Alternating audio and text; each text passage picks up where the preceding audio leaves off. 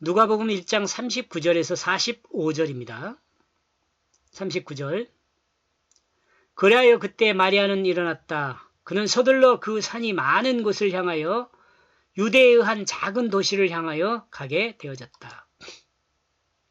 마리아는 갈릴리 나사렛이라는 동네에서 천사 가브리엘을 만나 수태한 사실을 통보받습니다. 그러나 이와 같은 사실은 마리아의 상식으로 이해할 수 없는 엄청난 일이었습니다. 특히 자신은 다윗의 자손 요셉이라는 사람과 정혼한 사이였기 때문에 문제가 아주 심각할 수 있었습니다. 마리아는 남자를 경험하지 못했습니다. 그런데도 산의 아이를 잉태했다는 말은 곧 유대인으로서 사형 선고를 받은 것과 같은 것일 수 있습니다. 마리아가 이와 같은 상황을 도저히 이해하지 못하자 천사는 예를 들어 설명했습니다.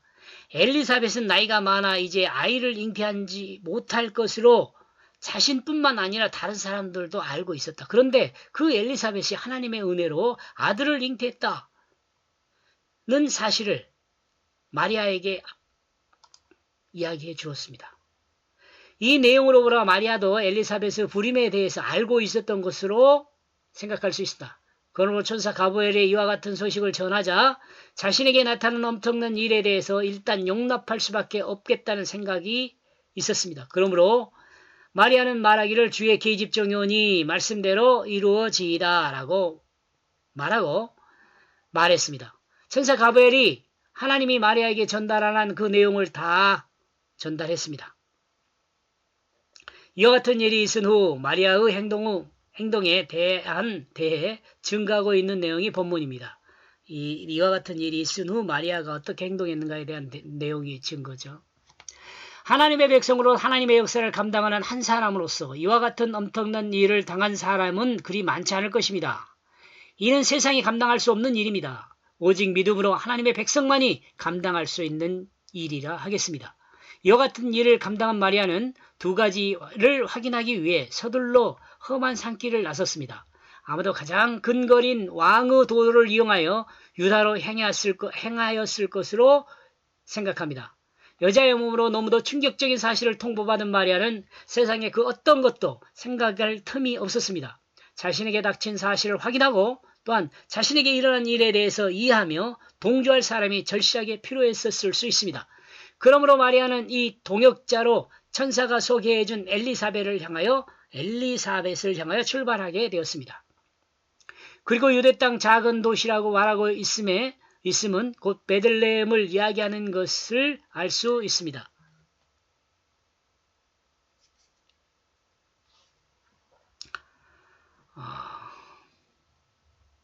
미가서 5장 2절, 2장 6, 마태복음 2장 6절의 내용입니다. 작은 도성 베들레헴은 마리아의 친척들이 많이 모여 사는 곳이며 또한 요셉의 고향이라고 볼 수 있습니다. 그런데 어떤 이유에서인지 모르지만 마리아는 갈릴리 나사렛이라는 동네에 살게 되었습니다. 자신의 어려운 문제를 해결하기 위해 단숨에 유대의 작은 마을을 향하여 험한 산길을 달려갔습니다. 또한 생각하면 사가랴가 레인인 점을 본부로 보아 헤브론일 가능성도 있습니다. 누가?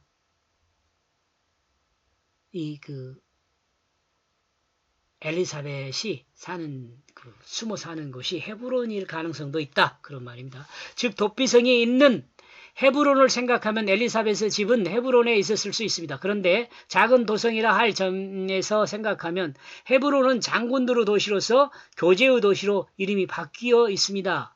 이런 점에서 생각하면 헤브론에 속한 작은 어떤 마을이 아닌가 이렇게 생각해 볼 수도 있다는 거죠. 아무튼 성경에 증거하고 있는 내용을 종합하면 마리아는 갈릴리 나사렛에서 많은 산을 넘어 급한 걸음으로 유대 땅 작은 마을 엘리사벳이 살고 있는 집을 향하여 달려갔습니다. 에살 남쪽으로 3.4km의 해발 650m 산 중에 있는 현재 지명은 앵카렘으로 산지의 포도원이었을 가능성이 있다고 합니다. 그리고 나사렛에서 예루살렘까지 거리는 직선 거리로 100km이며 현재 거리로는 151km라고 합니다. 예루살렘에서 베들레헴까지 거리가 8km, 구글 지도로 9km 정도라고 합니다. 앞에서 설명한 것이 사실이라면 나사렛에서 사가랴까지 155km 정도입니다. 일반적으로 사람이 걸어도 4km 시간당. 쉬지 않고 걷는다면 말은 하루 반을 넘어서 걸어서 이 엘리사벳이 있는 집으로 갔을 것 같습니다. 하나님의 역사를 경험한 사람이 그 경험을 공유하는 것은 서로에게 많은 유한을 줍니다. 또한 평안을 찾게 해줍니다. 이러므로 그리스도인인 형제들의 교제는 신앙생활에 큰 도움이 된다고 볼 수 있습니다. 40절. 그리고 그는 그 사가랴의 집 안으로 들어갔다. 그리하여 그는 그 엘리사벳에게 무난하게 되어졌다. 마리아가 단숨에 갈릴리 나사렛에서 유대 땅의 작은 도시로 들어가 사가랴의 집으로 들어간 것은 아마도 마리아는 엘리사벳의 집을 알고 있었을 수도 있었다는 생각입니다. 그렇기 때문에 아무런 머무름이나 지체함 없이 곧 집에 들어가 엘리사벳을 문안할 수 있었던 것으로 생각해 볼 수 있습니다. 그리고 마리아는 자주 엘리사벳의 집에 왕래를 했던 것으로 생각해 볼 수도 있습니다. 최소한 6개월 동안은 엘리사벳의 집을 방문하지 않았지만 말입니다. 마리아는 다급한 마음에 집으로 곧장 들어가 엘리사벳에게 문안했습니다. 사가랴를 만나거나 하인을 만나거나 이와 같은 형식은 아무것도 없습니다. 또한 생각해보면 마리아가 아무런 연락 없이 집에 곧장 들어갔는데 그때 만난 사람이 곧 사가랴가 아니라 엘리사벳이라는 것은 하나님의 은혜로 이미 엘리사벳이 마리아를 기다리고 있었을 수 있었다는 생각도 해봅니다. 아무튼 다급한 마리아의 마음을 위로하고 하나님을 신뢰할 수 있도록 하나님께서 최대한 은혜를 베풀었던 것으로 생각해 볼 수 있습니다. 41절. 그리하여 그 엘리사벳이 그 마리아의 그 문안하는 것을 듣게 되는 그와 같은 원인이 되어졌다. 그녀 자신의 배 안에 있는 그 아이가 뛰었다. 그리고 그녀는 거룩한 영의 충만함을 입었다.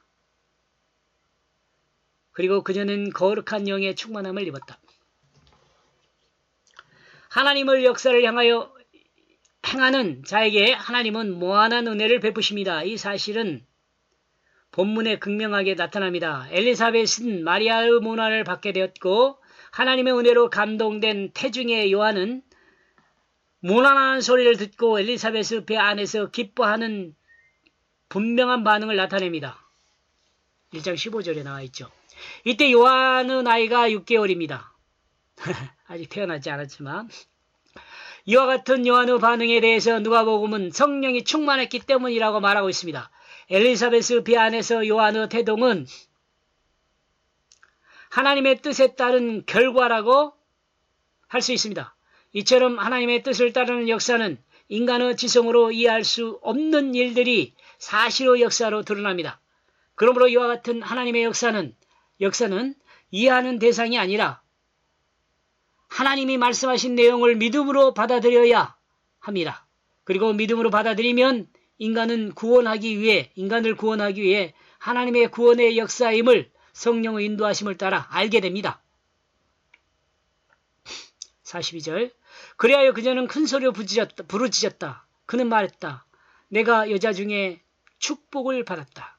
여자들 중에 너의 그 태중의 그 아이도 축복을 받았다. 이와 같은 태중의 반응을 확인한 엘리사벳은 큰 소리로 자기 시인의 감정을 나타냈습니다. 너는 여자들 중에 축복을 받은 자이다. 왜냐하면 너의 태중의 그 아이가 축복을 받은 자이기 때문이다. 마리아가 거룩하여 축복을 받은 것이 아니라 마리아의 태중의 그 아이가 축복을 받았기 때문에 마리아가 축복을 받았다고 말하는 것입니다. 우리는 이 부분에서도 한번 생각해 봐요. 우리가 예수 그리스도를 믿어가지고 예수 그리스도의 말씀이 우리 안에 있기 때문에 우리가 축복을 받은 거예요. 똑같은 말이에요. 이와 같은 이적은 우리에게도 동일하게 나타납니다. 곧 하나님을 믿음으로 받아들인 그리스도인은 주님이 받은 복을 누리게 되는 것입니다. 우리가 거룩하거나 의롭기 때문이 아니라 주님이 거룩하고 의롭기 때문에 우리가 하나님의 축복을 받아 누리게 되는 것입니다. 하나님 말씀을 믿음으로 마음에 받아들이면 말씀이 마음의 주가 되어 말씀의 뜻을 따라 생각하고 말하고 행하는 그리스도인이 됩니다. 하나님 말씀의 뜻을 행하는 사람이 됩니다. 하나님의 사람이 됩니다. 이와 같은 사람이 축복받은 사람입니다. 43절. 그러므로 이것이 나에게 어찌된 일이냐. 나를 향하여 나의 주의 그 어머니가 나와 같이 이와 같이 나오는 것을. 예수님은 여자가 낳은 자 중에 가장 큰 사람을 요한이라고 말했습니다. 여기서 큰은 하나님의 은혜와 위엄에 대한 것을 이야기한다고 할 수 있습니다. 물론 양적인 부분도 있지만 주의 능력의 탁월함과 중요성에 대한 부분을, 그리고 탁월한 권위와 덕성에 대한 부분의 전체적인 면을 하나님의 은혜와 위엄이 큰 것으로 계시하고 있다고 봅니다. 이렇게 볼 때 예수님께서 세례 요한에 대해 큰 사람이라고 한 것은 하나님의 풍성한 은혜를 입어 오실 메시아를 분명하게 알아볼 수 있는 시각을 가졌으며, 또한 오실 메시아를 준비하는 놀라운 일을 행한다는 점에서 요한의 권위와 능력과 중요성을 강조한 것으로 볼 수 있습니다. 그러므로 이와 같이 하나님의 은혜를 받은 세례 요한은 예수님을 태 중에서도 알아본다고 성경은 증거하고 있습니다. 그리고 하나님의 은혜를 입은 엘리사벳도 하나님의 구속의 역사를 바라보고 있음을 성경은 증거하고 있습니다. 44절. 봐라, 이와 같은 방법이 원인이 되어졌기 때문이다. 너를 향하여 그의 문안하는 이 소리로 나에게 이해되어지는 것을. 이와 같은 방법이란 무엇입니까? 아마도 엘리사벳이 잉태할 수 없는 상태인데 잉태한 것과 마리아에게 나타난 놀라운 하나님의 역사를 말하는 것으로 볼 수 있습니다.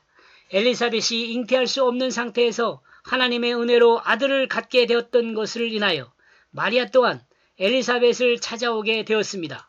그리고 엘리사벳이 태안에서 주님을 향하여 문안하는 세례 요한의 반응이 엘리사벳에게는 마음으로 이해되었다는 것으로 말할 수 있습니다. 마음으로 이해됐다는 것을 말하고 있다고 볼 수 있습니다. 엘리사벳은 종합적으로 이 모든 내용을 하나님의 역사로 보고 있으며 하나님께서 인류를 위한 구속의 역사를 진행하고 있으므로 이해했습니다. 이는 엘리사벳이 지식이 있어 똑똑하다는 것이 아니라 성령의 역사하심으로 하나님의 뜻을 이해하게 되어졌기 때문에 하나님의 역사를 느끼고 알 수 있었던 것으로 이해할 수 있습니다. 엘리사벳이 임신에 대한 것이 아니라 성령이 충만함으로 영안이 열려,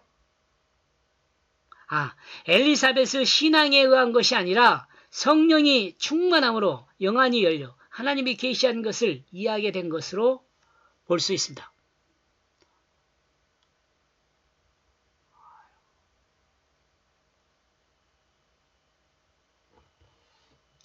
45절. 이러므로 믿는 여자는 복이 있다. 왜냐하면 그것이 완성되어질 것이기 때문이다. 주님에 의하여 그녀에게 전달된 그 말씀들이. 이제 결론에 이릅니다. 마리아가 유대 땅 작은 마을 엘리사벳의 집에 찾아온 모든 목적은 완성할 수 있도록 강력하게 확신의 조언을 합니다. 이 말씀의 내용은 이렇습니다. 엘리사벳은 마리아에게 이와 같이 이야기하고 있습니다. 마리아, 너에게 전달된 하나님의 모든 말씀은 분명하게 완성되어질 것이다. 그러므로 그 사실을 믿어야 하며 믿는 너는 복을 받은 여자이다. 내 경우를 보거나 마리아 너의 경우를 보더라도 하나님이 하시는 일은 불가능이 없다. 그러므로 하나님의 구속사 안에서 내가 행한 일을 감사함으로 받아들이고 기다리면 약속한 분명한 하나님의 역사가 진행될 것이다. 그러므로 너는 두려워하지 말라. 내가 아무 말 없이 6개월 동안 기다렸던 것과 같이 믿음으로 약속한 날을 기다리면 하나님이 약속한 그 일을 완성할 것이다. 마리아는 이와 같은 말들을 확실히 믿음으로 찬양을 하게 되었습니다.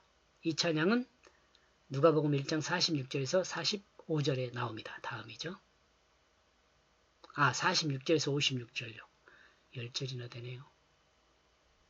이 내용을 요약하면 누가복음 1장 39절에서 39절 45절 너의 태중에 아이도 축복을 받았고 너는 여자 중에 축복을 받았다.